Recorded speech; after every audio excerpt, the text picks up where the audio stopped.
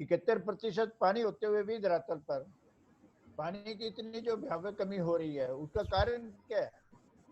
पानी की बर्बादी, उसका दुरुपयोग कैसे करते हैं और वो ना करें, ये सब बातें बच्चों के संज्ञान में होनी चाहिए।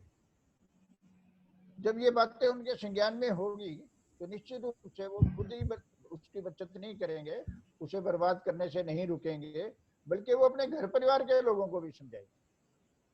निश्चित रूप से ऐसा होता है, और मेरा ये प्रैक्टिकल अनुभव है कि वो लोग जो बच्चे समझते हैं, जो बच्चों को स्कूल में बताई जाती है बात, उस पर ज्यादा ध्यान देते हैं। अभी होली के समय में रंगों का प्रयोग कम किया जाए ताकि पानी की बचत हो, तिलक होली खेली जाए। जब इनको बच्चों को ये स्कूल में उनकी मैडम, उनके टीचर, उनके शिक्षक बताते हैं, तो उस बात को वो ज्यादा जल्दी मानते हैं माता पिता की बात से भी। तो हम उन बच्चों को, उन विद्यार्थियों को ये बात प्रैक्टिकल बताएं। इसी प्रकार से ऊर्जा संरक्षण। अब ये जो तापमान बढ़ रहा है, उसका कारण क्या है? प्रदूषण बढ़ रहा है। उसके अलावा अभी एक शहर में, सिरसा शहर में ही 50,000 60,000 की बात नहीं, मेरे ख्याल में 1 लाख से ज्यादा एसी चलते हैं। अब ये जो एसी चलते हैं, अंदर तो ठंडक मिल रही है हमें, लेकिन पूरे वातावरण की तापमान को बढ़ाने में ये एक पार्ट है। इसी प्रकार से अनेक छोटे छोटे सी बातें उस तापमान को बढ़ाती हैं। अब तापमान को कम करने के लिए हम क्या कर सकते हैं? सबसे पहले कि हम बिजली, ऊर्जा को बर्बाद ना करें, उसका दुरुपयोग ना करें। लोग एसी चलता छोड़ देते हैं, बिजली का बिल भरना है ना, हम भरेंगे, आपको क्या लेना देना। अब ये बात उनके दिमाग में आनी चाहिए कि बिजली का बिल तो आप भरेंगे, लेकिन ये जो बिजली बर्बाद हो रही है, जिसका कहीं उपयोग नहीं हो रहा, ये आपकी नहीं है, इसके लिए दूसरे का हक है। रतन टाटा, हेलो, रतन टाटा एक बार जर्मनी में किसी रेस्टोरेंट में गए, खाना खाया, और जो भोजन जैसे हम आम तौर पे करते हैं, भोजन जो बिना खाया रहा उसे छोड़ा और चल दिए। पास के टेबल पे 2-3 औरतें बैठी थी, उन्होंने उन्हें रोका कि आप इसको वेस्ट नहीं कर सकते। उन्होंने कहा वही है पेड फॉर इट, हमने इनसे भुगतान कर दिया है। वो कहती है आपने भुगतान किया है रेस्टोरेंट के मालिक को, ये हमारे देश के संसाधन का दुरुपयोग है, आप ऐसा नहीं कर सकते। उन्होंने पुलिस को फोन किया, पुलिस आई और उन्हें 50 यूरो जुर्माना देना पड़ा इस बात के लिए कि वो भोजन को छोड़ के जा रहे थे। इस तरह की छोटी छोटी सी बात हमारे यहाँ हम देखते हैं कि जब किसी ब्याह शादी में जाते हैं तो लोग ऐसे प्लेट को भर लेते हैं जैसे पता नहीं दोबारा कभी उन्होंने खाने को मिलेगा या नहीं मिलेगा, या पहले उन्होंने कभी खाया या नहीं खाया, और थोड़ा थोड़ा सा खा के और वो प्लेट डस्टबिन में डाल देते हैं। यदि आप किसी भी फंक्शन के बाद जाकर के देखें तो आपको इतना खाना बर्बाद हुआ मिलेगा, जितने लोगों ने खाया उसके लगभग 25% कम से कम बेकार होता। ऐसा क्यों होता है? अब उनमें वो लोग भी हैं जो अपने आप को शिक्षित कहते हैं। तो हम बच्चों को पूरी तरह शिक्षित करें, व्यवहारिक रूप में शिक्षा दें, तभी उसका सार्थकता होगी, तभी उन्हें शिक्षित मानेंगे। आप देखिए, ऐसे किसी अवसर पर किसी डॉक्टर पे नजर लगाइए, किसी वकील पे नजर लगाइए, किसी प्रोफेसर पे नजर लगाइए, और आपको वो लोग भी डस्टबिन में खाना डालते हुए मिल जाएंगे। पानी की वो जो 200 ml की एक बोतल वहाँ सामान्य रूप में सर्व करते हैं, लोग उसका ढक्कन खोलते हैं, एक घूंट मुंह में लिया, कुल्ला किया, फेंका, और वो बोतल डस्टबिन में डाल दी। तो उसे थोड़ा सा पानी हाथ में डाला, ढक्कन लगाया और डस्टबिन में डाल दिया। अब देखिए वो शिक्षित आदमी, मैं नहीं कहता कि वो शिक्षित है, वो जो तथाकथित शिक्षित हैं वही इस देश का बंटाधार करते हैं, वही इस देश के सबसे बड़े दुश्मन हैं। पर्यावरण की जितनी समस्याएं हैं वो सारी उनकी देन है। हमारे बच्चे, गुरुकुल से निकला हुआ बच्चा एक ऐसा नागरिक हो जिसकी लोग चर्चा करें, जिसका लोग अनुसरण करें, अनुकरण करें, और ये समझे कि इस विद्यार्थी काल में इसने जो भी शिक्षा पाई है वो निश्चित रूप से बहुत आगे है। इसी प्रकार से छोटी छोटी बात की बात, हम कई बार छोटी बात को नजरअंदाज करते हैं। आप सब लोग जो इस मीटिंग से जुड़े हैं निश्चित रूप से वाहन चलाते हैं।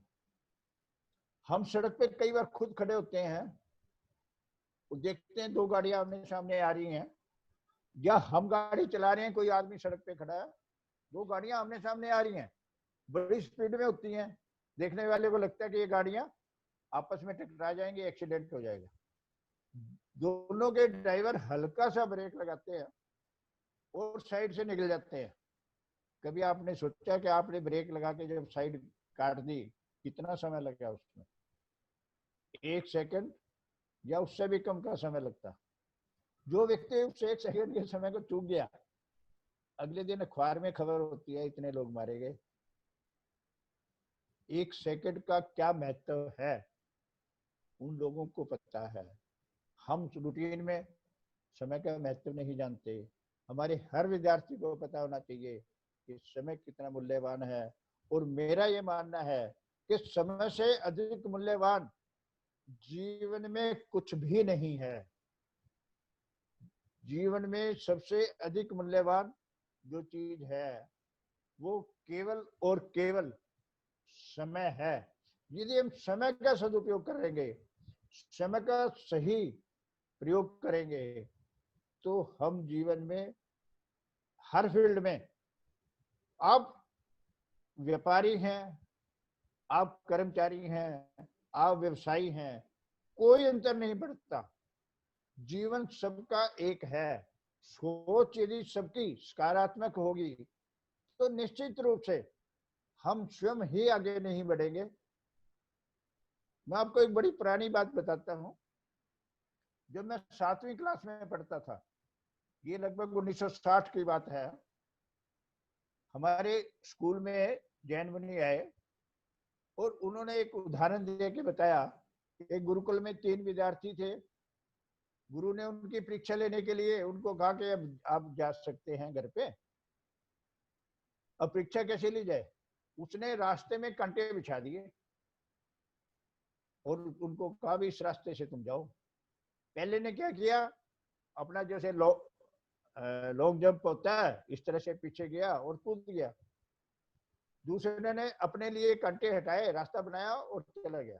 तीसरे ने अपना सामान अलग से छोड़ा और उस कांटों को साफ करके फिर आगे गया।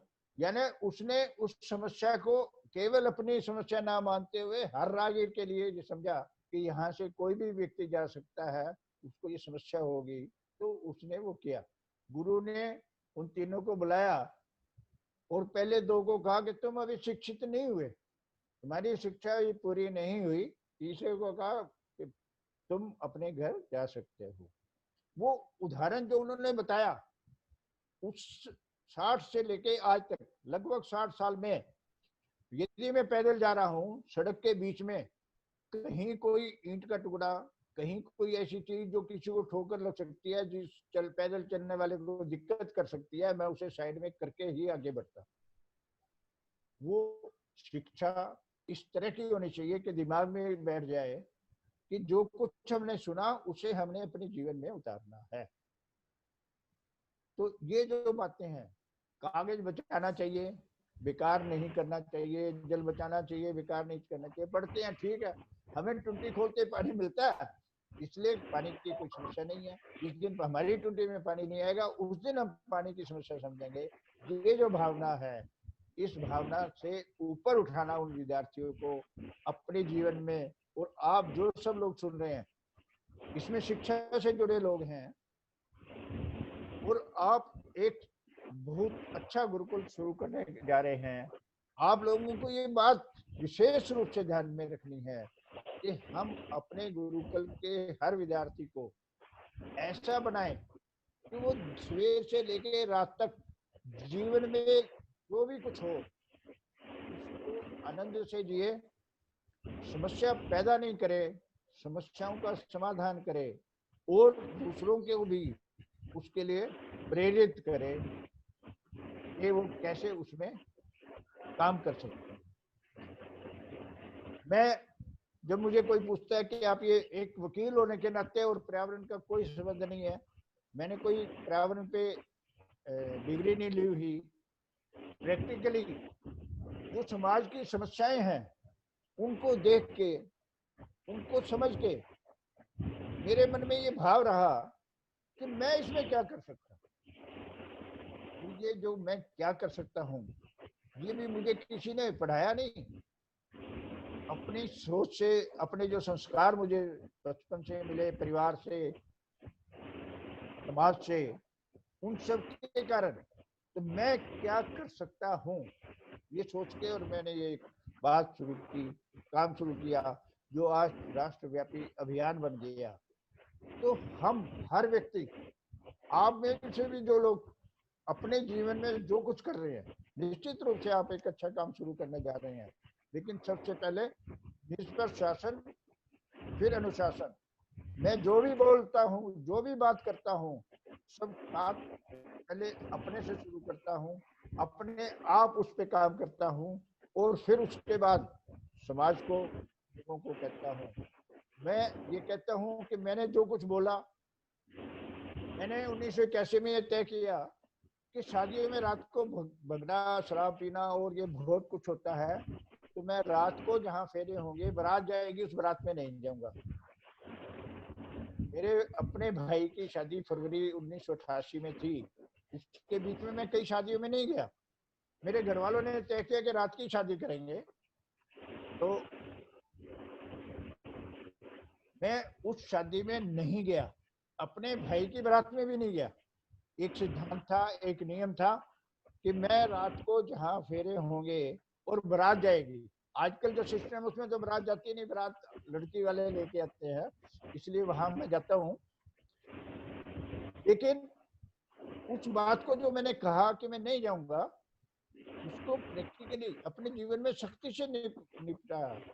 अपने छोटे भाई की बारात में भी मैं नहीं गया, केवल इसलिए कि वो मेरे उस सिद्धांत के, उस नियम की बाहर थी। तो हम जीवन को अपने इतना साफ सुथरा, इतना पारदर्शी, इतना अच्छा बनाएं कि लोग उस बात से प्रेरित हों।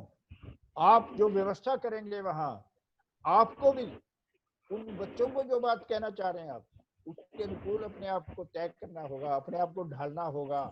आपको अपने जीवन में यदि आप पहले उससे अलग कुछ कर रहे हैं तो आपको भी अपने जीवन में परिवर्तन लाना होगा, क्योंकि जो बात मैंने भी कही, निष्पक्ष शासन फिर अनुशासन। पहले आप स्वयं करें, अपने आप को सुधारें, फिर दूसरों को कहे, तो वो बात प्रैक्टिकली, यानी आपके आचरण से वो बात निकलनी चाहिए।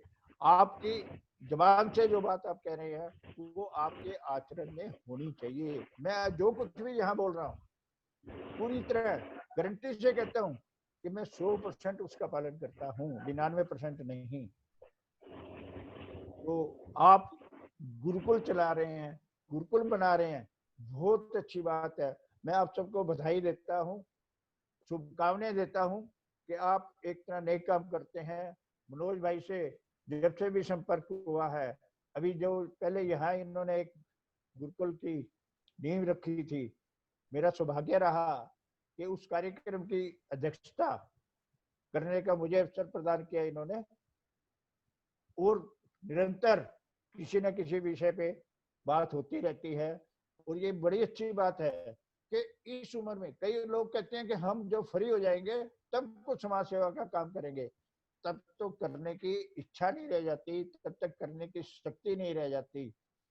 मैं जैसे बता रहा हूँ कि 1967 में मैं सामाजिक संस्था से जुड़ा, 1968-69 में, जनवरी 69 में हमने नेताजी सुभाष बोस का स्टैचू ये स्थापित किया था। 6 लड़के थे हम मूल रूप में, 6 में से एक में था। यानी कुछ कर जाने की जो बात है वो बचपन से शुरू होती है। जवानी में जो आदमी कुछ करता नहीं है, वो जाके ये सोचे कि मैं रिटायरमेंट के बाद, सीनियर सिटीजन होने के बाद करूंगा, तो ये उसकी बहुत बड़ी भूल है। मैं मनोज भाई को इस बात के लिए बधाई और शुभकामनाएं देता हूं और ये विश्वास दिलाता हूं।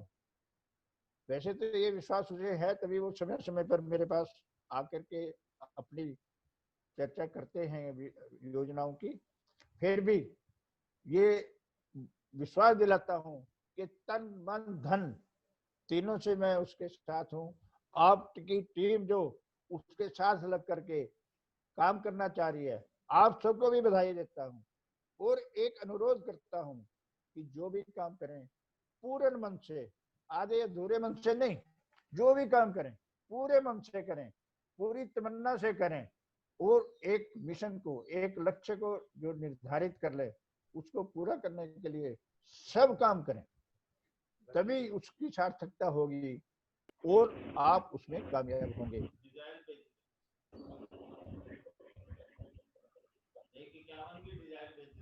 रमेश गोयल जी का बहुत बहुत धन्यवाद करूंगा कि उन्होंने इतना अच्छा, मैंने ये जी मैंने ये देखा है कि समाज में लोग भाषण तो बहुत देते हैं। मेरे बोलने का समय जितना था उससे ज्यादा हो गया। जी जी तो जी, अभी आप कोई बात नहीं जी। कोई भी साथी कोई बात पूछना चाहे, कोई चर्चा करना चाहे, स्वागत है। जी जी, क्योंकि मैं तो घंटों और बोल सकता हूँ, उसका कोई अर्थ नहीं है। मूल रूप में जो बात होनी चाहिए थी वो हो गई है। जी, तो चलिए, मैं जो आदमी जिस वक्तव्य को कहे उसको जीता है, उसी को सुनने का आनंद आता है। गोयल साहब ने जो बातें कही हैं उनको उन्होंने जिया है, वरना बातें तो सभी कहते हैं अभी पर्यावरण बचाएंगे और अलग अलग तरह की, लेकिन वो उसको जीवन में नहीं जीते। जैसे इन्होंने कहा कि पढ़े लिखे होने में और पर्यावरणविद होने में, दोनों में अंतर है। तो मैं एक छोटी सी कहानी सुना के और मैं अपना वक्तव्य बंद करूंगा छोटा सा। वो ये कि कल मैं एक अखबार में पढ़ रहा था, उसमें था कि एक आईएएस ऑफिसर केरल का था और एक जगह से जा रहा था। एक गोरैया जो चिड़िया होती है, जो अपना घोंसला नीचे से ऊपर की तरफ बनाती है, लगभग सबने देखा होगा। तो उनकी धर्मपत्नी उनके साथ थी, तो उन्होंने देखा भी हाँ, ये चिड़िया का घोंसला बहुत सुंदर है। तो उन्होंने अपने पति से कहा जी मुझे ये घोंसला चाहिए, मैं अपने इसको शोरूम में, उसमें शोकेस में रखूंगी, शोरूम कह रहा हूँ, तो शोकेस में रखूंगी। उन्होंने कहा ठीक है। उन्होंने अपने जो साथ पुलिस अधिकारी थे उनको कहा भी वो दोनों, वो जो है 2 घोंसले हमें ला के दो। वो गए, एक वहां गडरिया जो है भेड़े चरा रहा था, उसको उन्होंने बुलाया, उनको कहा बेटा 10 रुपए देंगे, आप ये 2 घोंसले तोड़ के लाओ। उन्होंने, गडरिया क्या कहता है भी मैं नहीं लेके आऊंगा। उनको लगा कि शायद 10 रुपए कम बता दिए तो इसलिए ऐसा कह रहा है। तो फिर वो कहता है जी लो 50 रुपए ले लेना बेटा, तोड़ लाओ। उन्होंने कहा नहीं जी मैं नहीं लेके आऊंगा। तो वो जाते हैं वापस आईएएस के पास, उसको बोलते हैं भी वो तो नहीं मान रहा। उसको कहा जी मुझे लगता है कम पैसे दे रहे हो आप, उसको 500 रुपए बोल दो, 500 रुपए ले लेगा, तोड़ लाएगा। तो फिर उसके पास जाते हैं, दोबारा कहते हैं जी आप 500 रुपए ले लेना, आप तोड़ लाओ। कहते जी आप चाहे मुझे लाखों रुपए दे दो, मैं तब भी नहीं तोड़ के लाऊंगा। आईएएस उठ के आता है, वो कहता है जी क्या बात बेटा, क्यों नहीं तोड़ के लाओगे? कहता उस घोंसले में एक चिड़िया रहती है, उसके उसमें अंडे भी हैं, हो सकता है उसके बच्चे हों उसमें। शाम को जब वो घर लौटेगी तो उनको वहां ना पाके वो कितनी दुखी होगी। ये बात सुनते ही उस आईएएस के रोंगटे खड़े हो गए कि मैं पढ़ा लिखा व्यक्ति जो जिसकी कल्पना नहीं कर पाया, वो एक अनपढ़ गडरिया जिसकी कल्पना करके, जिस पर्यावरण को सोच के मुझे इतनी बड़ी शिक्षा दे रहा है। तो ये पर्यावरण जो है ये जीने का विषय है, पढ़ने का नहीं। आज शिक्षा में होता क्या है, पेड़ काटो, पेज बनाओ, पेज पे लिखो पेड़ बचाओ। हम पेड़ बचाने के लिए ही पेड़ कटवाते हैं और पेज पे लिख के कहते हैं कि पेड़ बचाओ। तो ये विषय शिक्षा में कागज का नहीं है, ये शिक्षा जीने का विषय है। तो इसलिए बहुत बढ़िया रमेश गोयल जी ने अपना जीवन का अनुभव जो उन्होंने 10-12 साल जिया। वास्तविकता यही है कि हम ये कहते हैं कि प्लास्टिक का प्रयोग नहीं करो, और उसके बाद जब वो भोजन लगता है तो उसमें वो जो डिस्पोजेबल होता है सारा, वो होता है। जी मैं एक बहुत बड़ी संस्था का राष्ट्रीय पदाधिकारी रहा हूँ, और जी जी हमारी जो मीटिंग हो रही थी वो पर्यावरण के विषय पे जब मैं बोल के बाहर आया तो देखा कि डिस्पोजेबल वहां था। तो मैंने उसी समय एक मेल डाली पूरे देश के अपने जो कार्यकर्ता थे उनके नाम, कि सबसे पहले ये बात करने की से पहले आप अपनी बैठकों में, अपने आयोजनों में ऐसा करें। अब जब मैं जी जहां होता हूँ, लोग कहते हैं गोयल साहब थोड़ी सी मजबूरी है, बताइए अब क्या करें। मैंने कहा मेरा काम है समझाना, मैं आपसे जी कोई लड़ाई थोड़ी कर रहा हूँ। यदि आप लोगों को ये कहना चाहते हैं तो कम से कम आपको अपने आप से पहले अपने आप को सुधारें, अपने आचरण से लोगों को बताएं। तो निश्चित जी रूप से ये जो बात आप कह रहे हैं ये बड़ी मैंने भी पढ़ी थी, और बहुत ही सार्थक बात है। शिक्षित लोगों को शिक्षित करने के लिए उदाहरण बहुत अच्छा है। मैं ये कहता हूं कि शिक्षित लोग यदि शिक्षित हो जाएं जी तो ये देश पूरी दुनिया में एक नंबर होने में देर ना लगे। हम्म। और मैं घंटों जैसे बता रहा हूँ, सुबह से शाम तक भी यदि मुझे बोलना पड़े तो मेरी प्रभु कृपा से क्षमता भी है, और इतना मसाला भी है कि मैं इस पे बता पाऊं। लेकिन सबसे बड़ी जी बात कि धनाढ्य और शिक्षित लोग यदि इस देश के ईमानदार हो जाएं, सही हो जाएं, और वास्तव में शिक्षित हो जाएं, तो जी निश्चित जी रूप से इस देश को छोड़ने की, चिड़िया कहने की वाली जो बात है वो पुराने जी नहीं नई हो जाएगी, और विश्व गुरु जी बनने में साल भी नहीं लगेगा यदि वो सब ऐसा कर दे। और मेरा ये आपसे निवेदन है कि आप अपने गुरुकुल के विद्यार्थियों को वास्तव में शिक्षित करना, प्रैक्टिकल शिक्षित करना, केवल किताबी ज्ञान नहीं। जय हिंद, जय भारत। जी जी। तो इसी के साथ अब अगर कोई प्रश्न पूछना चाहे, किसी को कुछ जिज्ञासा हो तो पूछ सकता है। हाँ कहिए, आप जो कोई कुछ कहना चाहे। जी जी। जय सिंह जी, आपका बहुत बहुत धन्यवाद। आपने परिवार सहित हम गोयल साहब को सुना। भाभी जी को मेरे मेरे मेरी तरफ से नमस्कार। नहीं, मैं आप सबका बहुत आभारी हूँ कि आप, जी जी मैं देख रहा था क्योंकि श्रोता की मनस्थिति देखने का मुझे जी बहुत अवसर रहता है। मैं 400 से अधिक विद्यालयों में गया हूँ, तो विद्यार्थी कितना मुझे सुन रहे हैं, कितने को उसमें सुन रहे हैं, मैं उसी हिसाब से 5 मिनट से 50 मिनट तक बोलता हूँ। लेकिन जी जी उनको ये ध्यान करते हुए कि ये कैसे कितना सुनते हैं। आप तो क्योंकि मेच्योर हैं और एक जी मिशन से जुड़े हैं, इसलिए निश्चित रूप से ध्यान से सुन रहे थे। फिर भी मैं आपका बहुत बहुत आभारी हूँ। मनोज जी के साथ आप सबका भी आभार, धन्यवाद। जय हिंद, जय भारत। जी जी। नमस्कार जी, धन्यवाद सभी का, बहुत बहुत धन्यवाद। जी कुछ पूछना चाह रहे हैं जय सिंह जी? पूछना नहीं, मैं बताना चाह रहा था थोड़ा सा। जी जी बताएं जी गोयल साहब। ये संकोच क्या है? जी जी पानी बताने का जो तरीका मैंने अडॉप्ट कर रखा है ना घर पे, वो मैं आपको एक सेकंड में दिखाना चाह रहा था। जी जी दिखाओ बिल्कुल। जैसे आरओ के अंदर पॉइंट बहुत ज्यादा आवाज नहीं आ वेस्ट रही। जी आरओ के अंदर, तो उसको माइक बताने को का थोड़ा सा नजदीक कर लें।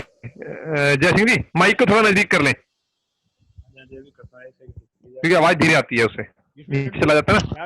अनम्यूट लिखा है ना, वहाँ अनम्यूट करो और आवाज आ एनिमेट। जाएगी। ये आरओ लगे हुआ है जी यहाँ। जी ये तो वेस्ट पाइप है ना जी, ये नीचे इसमें है अपने ये बाल्टी के आरओ अंदर। दिखा रहे हैं, आरओ की कुछ कार्रवाई दिखा रहे हैं। जी जी हाँ जो बिल्कुल, वेस्ट, ये आप बहुत अच्छा जो काम कर रहे हैं कि ये जो वेस्ट जो पानी है आरओ ना जी, का वेस्ट वाटर है उसको आप प्रयोग कर रहे हैं, बहुत अच्छी बात है। मैं भी अपने घर में इसी प्रकार से जो पाइप है उसको बाल्टियां मैंने रखी हुई हैं, और सफाई वाले जब आती है तो उसको सख्त हिदायत है कि वो पहले उस पानी को प्रयोग करेगी, और उसके बाद वो यदि पानी जरूरत हो फ्लैश के तो अंदर दूसरा ये पानी। पानी डालते उठा के जी। आपकी आवाज मुझे और नहीं आ रही, मैं तो आपको वो देख करके ही अब जवाब दे रहा हूँ। अच्छा अच्छा, ठीक है सर, ठीक है जी। जी जी मैं ये ऐसा दिखाना चाह सब रहा था। लोग करें, ऐसा मेरा निवेदन रहता है कि वेस्ट जी वाटर की जो पाइप है उसको, हाँ जी, हाँ और जी, इसमें प्रैक्टिकली हमारे एक यहाँ डॉक्टर है सुरेश बिश्नोई जी, हाँ जी, हाँ जीवन जी, ज्योति के नाम से हॉस्पिटल है, हाँ हाँ, डॉक्टर सुरेश बिश्नोई सुरेश जी है का, जी। और सुरेश बिश्नोई, उन्होंने इस पाइप को एक टंकी में जोड़ा हुआ है और उसके नीचे वॉश बेसिन से उसका कनेक्शन किया हुआ है। यानी उनके हॉस्पिटल में जितने सफाई में पानी ये काम आता है वो वेस्ट वाटर होता है, और बल्कि जो हाथ धोते हैं उसमें भी वो वेस्ट वाटर ही काम लेते हैं। तो मैंने अपने घरों में घर हम में ये system उतना वो करके- नहीं कर पाते, लेकिन यदि हम वॉश बेसिन के ऊपर एक 10-20 लीटर की कोई वो टंकी। कैन लगा दें और उससे हम्म। कनेक्शन कर दें और उसमें टूटी लगी हो तो वो भी काम दे सकती है। आप में से जो साथी मुझे और डिटेल में बात करना चाहे तो मेरा नंबर आप नोट कर लें, 94160 94160 94160 49757।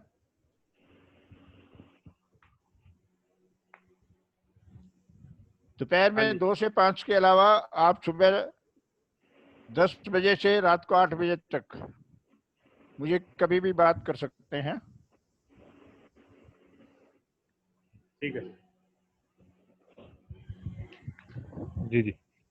आप बिल्कुल निसंकोच किसी भी पर्यावरण के किसी भी विषय पे आप मुझे कभी भी फोन करिए, मुझे बहुत अच्छा लगेगा। आपका स्वागत, धन्यवाद। धन्यवाद। ठीक है जय सिंह जी। हाँ जी, जी जी। धन्यवाद डॉक्टर साहब, बहुत बहुत अच्छा लगा आपके साथ वार्तालाप में, मीटिंग में शामिल मुझे होकर लगता है आपसे मिले आप तो हैं। हाँ मिले हैं काफी बार जी। पीछे घर पड़ अपना रखे हैं आपके। अपना जो कार्यक्रम हुआ था जी, संस्कारशाला, हाँ जी, हाँ जी। आपको ध्यान हो गोयल साहब?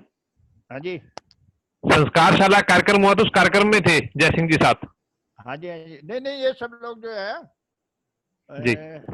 ये जो अपना स्वदेशी स्वावलंबी के नाम से जो हैं, ये मुझे शकल इनकी हाँ पूरी सभी जानते हैं बहुत सारे ध्यान में नहीं आ रही, जी जी। और बाकी तो सब गुरुकुल की ओपनिंग पे भी थे जी, इसमें रामकृष्ण जी आपकी भी थे मुलाकात ना? वहां भी हुई है।